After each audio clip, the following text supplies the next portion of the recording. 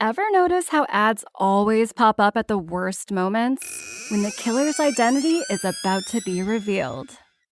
During that perfect meditation flow.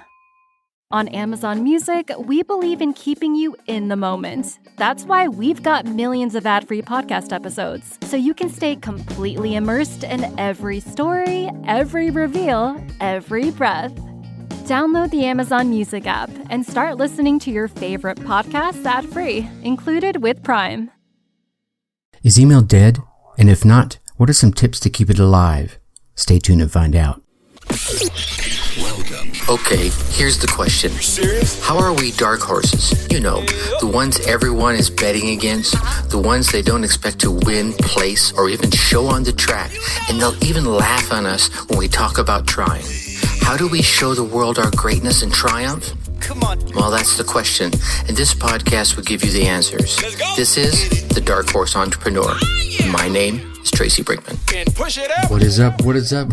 What the hell is up, my dark horse friends and family? Welcome back to another live episode where you're going to get a lot more of the Lord of Emails learning. Today, I'm your dark horse host, Tracy Brinkman, and you, well, my friend, that is infinitely more important. You are a driven entrepreneur or one in the making. Either way, you're here because you're ready to start or restart, kickstart, or just start leveling up with some great personal marketing or business tips and results in order to build that beautiful business of yours into the empire it absolutely deserves to be. And that's why I'm here coming to you with another daily success episode where we dive deep into success with some actionable advice, tips, and steps to help you level up your game, because we know there are no shortcuts to success except for taking those little steps towards your goal every single day. Now, I hope you're getting value from these episodes, and if you are, drop us a little like down below, drop us, give us a thumbs up, some kind words in the comments, and obviously if you're listening to this on the, I got some comments already, on the podcast, then go ahead and hit us up on the subscribes and the ratings, put some kind words in the reviews. That lets those podcast platforms out there know that you're getting that value. They lift us up a little bit in the rankings so that we can reach more driven entrepreneurs just like you. Hey, hello, how's it going? It doesn't say who you are. You have to click that little link that should be showing up in the notes so that it will show me your name here in StreamYard that I'm using to record this live episode. Now, we talked with Tom Ante on Monday, and obviously he was a big fan of emails. He's been building an email list, I think he said, of 100,000 users. It's reached the heights of 150,000. And I remember back on episodes, look at my notes here, 119, 120, and 121, we went into a lot of tips and tricks and techniques about emails, but so I don't want to rehash all that, so be sure to go back and check out those episodes. And I'm happy to have you here, by the way, but I do want to kind of glaze over some of them and give you a new one, which is, the email kind of is that one ring to rule them all. Obviously I'm a Lord of the Rings fan. But let's go through, that's about 7 tips we got here. And I think one thing to remember when it comes to emails is that each element of the email should do one job. I mean, I've seen so many folks use emails and try to do so many things in each one of the elements that they end up really not accomplishing anything at all. So if we break these down into the 2 key elements, one is the subject line. And the only job of the subject line in an email is to get them to open that email up. That's it, right? Don't be trying to pitch them in the subject line or anything else. You want to catch their eye, make them go, I wonder what he's talking about here. Pique their curiosity, get them to open the email. Then in the body of the email, the job of the body of the email is to get them to click the link to take them to tell them the rest of the story. So you want to obviously take that interest you've piqued build on it, engage them some more, and then share some information and then get them to click through on the link. And that leads right into tip number 2 I want to share with you today is keep it short and sweet. We don't need these long dissertations. I think there are times when that will make sense. But so many times you see there's folks that they just do these long emails over and over and over again. I don't know about you, but I don't read them all. Now, I do have one marketer that emails me, and they're usually very short and succinct, and they make sense. A couple of paragraphs, right to the point. You want to know more? Here's the link. Bing, bang, boom. But when they send me a long one, it's like, okay, this is different. All right. And I'll read a little further, and then they make sense. So if you're going to do that, do it infrequently. And then make sure it makes sense. And then the next thing is you want to train your subscribers to click the link.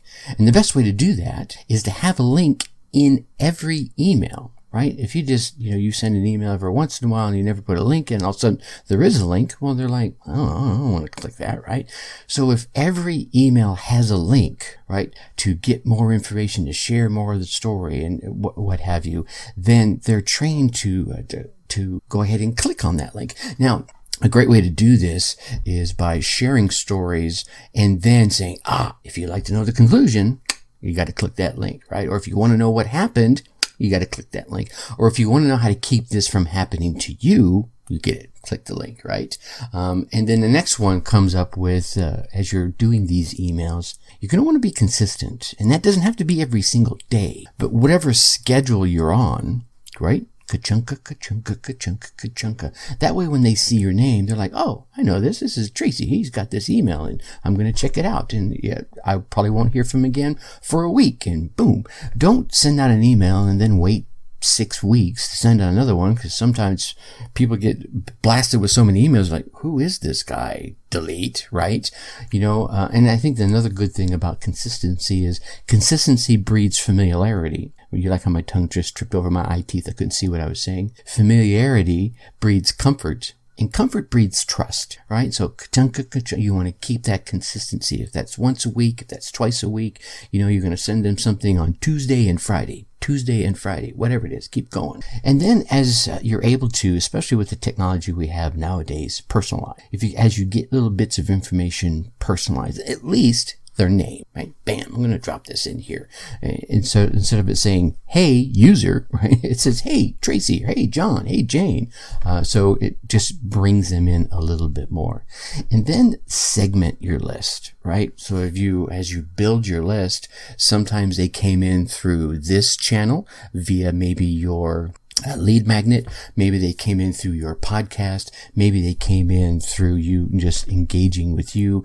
Different avenues means they have different core likes, different reasons they came on board. And then as you segment that, you can focus your emails towards that group of folks. So I know for me, I'll have 2 group of folks right now. One group of folks that are really focused on podcast guesting, and then another group of folks that are really focused on podcast hosting. Now, could they cross over? Absolutely. Right? But as a core message, I want to focus on what their key interest is. And then last but not least, certainly you want to tell story as much as you can. Be the storyteller. Okay, got another Lord of the Rings fan in the audience listening to us. Absolutely. What a great movie. And I read the books way back. When I was young, I turned my daughters onto them, bought them a set of the entire trilogy, and I know the pages were worn thin. But anyway, so that's a great example of telling stories, right? Those stories, you can read those stories over and over and over again, and at different times in your life and whatever experience you're going through, something different will catch your attention. So you may be telling this great story, and I know here's a great story for me. Way back when I first got into the digital marketing space, and I'm, as you can tell by the long gray beard, I've been a little long in the tooth in the marketing arena. It was Thanksgiving. and had sent out my weekly email earlier in the week already. I think I did them on Tuesdays and Fridays, which is why I mentioned it earlier, right? And so obviously Thanksgiving's on Thursday, and there was just this moment that happened during Thanksgiving. My kids were sitting down, right? And I just got finished making the turkey. My mom and dad were over. It was just, this vibe was in the air. It was so cool. And I walked over to my computer and I typed up an email and I shared this message of gratitude for what I was looking at across the dinner table. And, I just wanted to share that with my email list. No pitches, no nothing, just sharing this story and hoping that they had an amazing day before them as well. And that was one of my most read emails. I got the most reactions out of it. And that kind of leads into where I was going with these last 4 exercises I want to share with you. And the number 1 exercise is show gratitude, right? That giving of thanks, and how they made an impact. I was sharing in that email about how my mom and dad had impacted my life, how my kids had impacted. And it doesn't have to be the reader of the email that you're thankful for, right? They're reading your gratitude. They're identifying with you as a person. They're connecting with you. It could be a teacher you're talking about. It could be a lost friend. In my case, it was my kids and my mom and dad. Tell them how it made you feel amazing, and you're helping impart that amazing feeling onto them, right? Builds that connection with your list. And that is an amazing way to bond with folks. And again, I'm not sharing these tips in an effort to make you manipulative, right? I'm sharing these. Yes, definitely.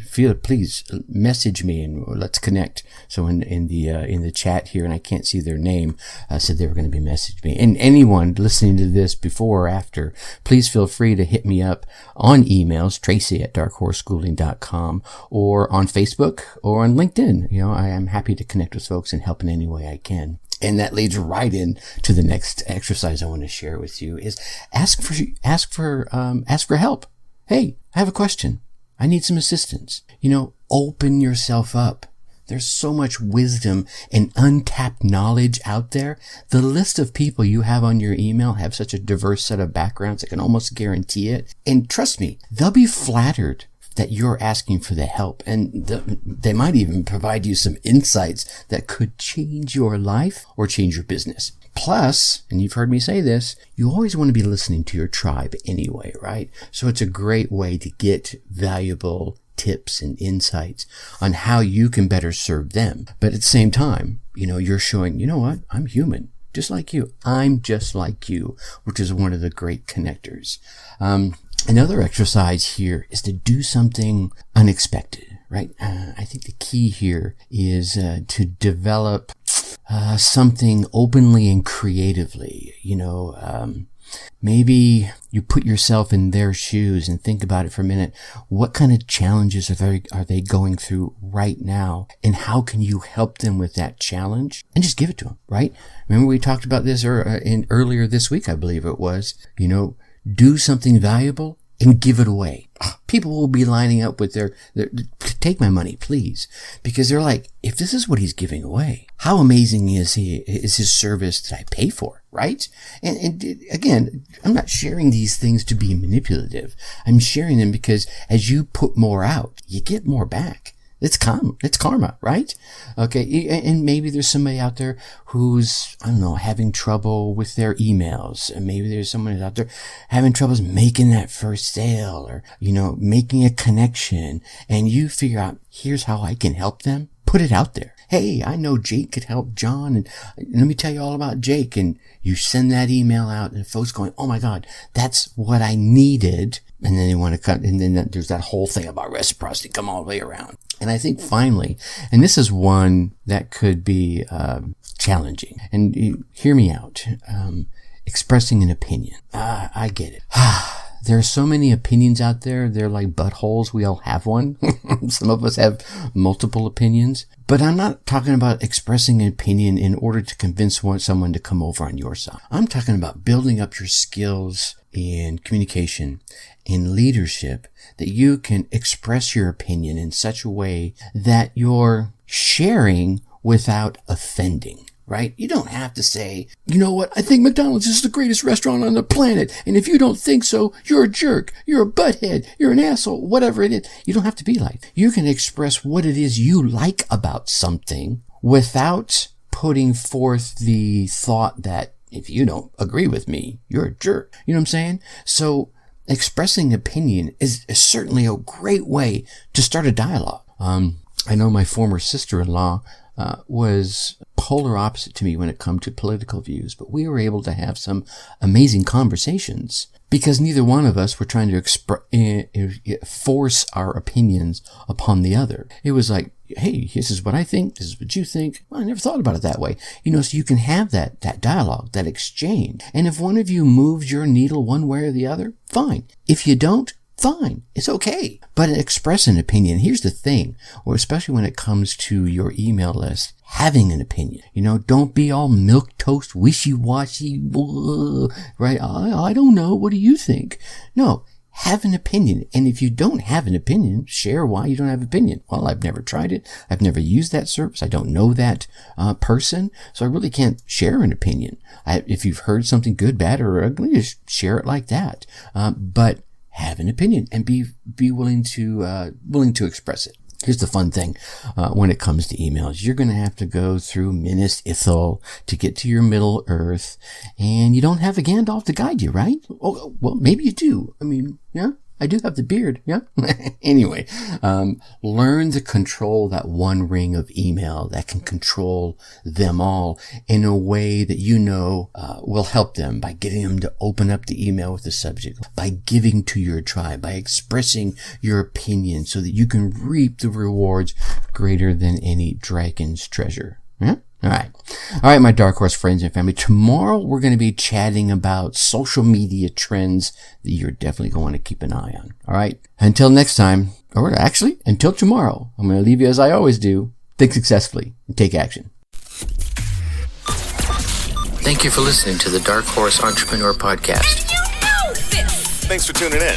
Check us out at www.darkhorseschooling.com. All right. My name is Tracy Brinkman.